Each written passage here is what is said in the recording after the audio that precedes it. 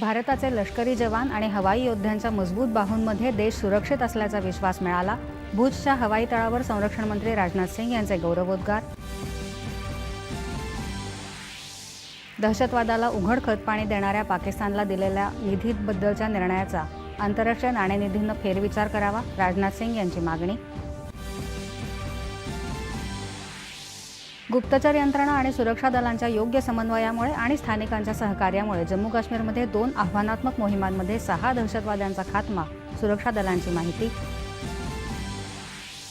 अखिल भारतीय व्यापारी महासंघाचा पाकिस्तान समर्थक तुर्की आणि अझरबैजानवर व्यापार बहिष्कार घालण्याचा निर्णय.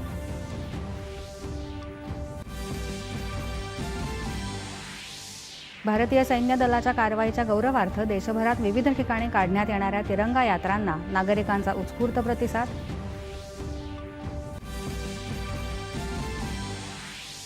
अठ्ठावन्नावा ज्ञानपीठ पुरस्कार संस्कृत विद्वान जगद्गुरू रामभद्राचार्य यांना राष्ट्रपती द्रौपदी मुर्मू यांच्या हस्ते प्रदान.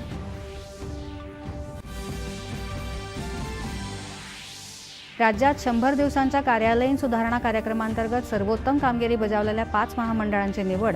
झोपडपट्टी पुनर्वसन प्राधिकरणानं पटकावला पहिला क्रमांक. पंजाब नॅशनल बँक घोटाळ्याप्रकरणी फरार हिरे व्यापारी नीरव मोदीने दाखल केलेली नवी जामीन याचिका लंडनमधील उच्च न्यायालयानं फेटाळली. आणि वानखेडे स्टेडियमवर रोहित शर्मा, अजित वाडेकर आणि शरद पवार यांच्या नावांच्या स्टँडचं मुख्यमंत्री आणि शरद पवार यांच्या उपस्थितीत उद्घाटन. नमस्कार.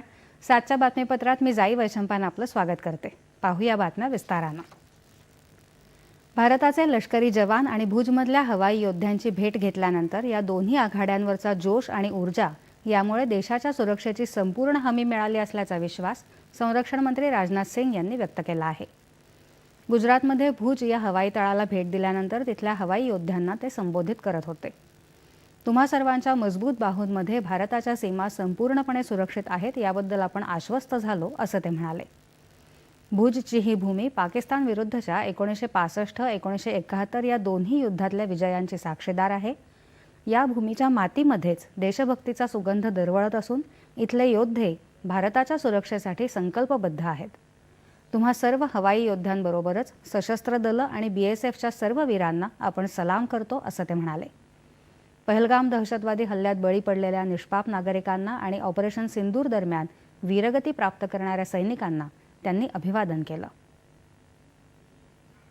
कि हमारे देश की मजबूत भुजा भुज में आप सबके बीच आकर मुझे स्वाभाविक रूप से गौरव की अनुभूति हो रही है.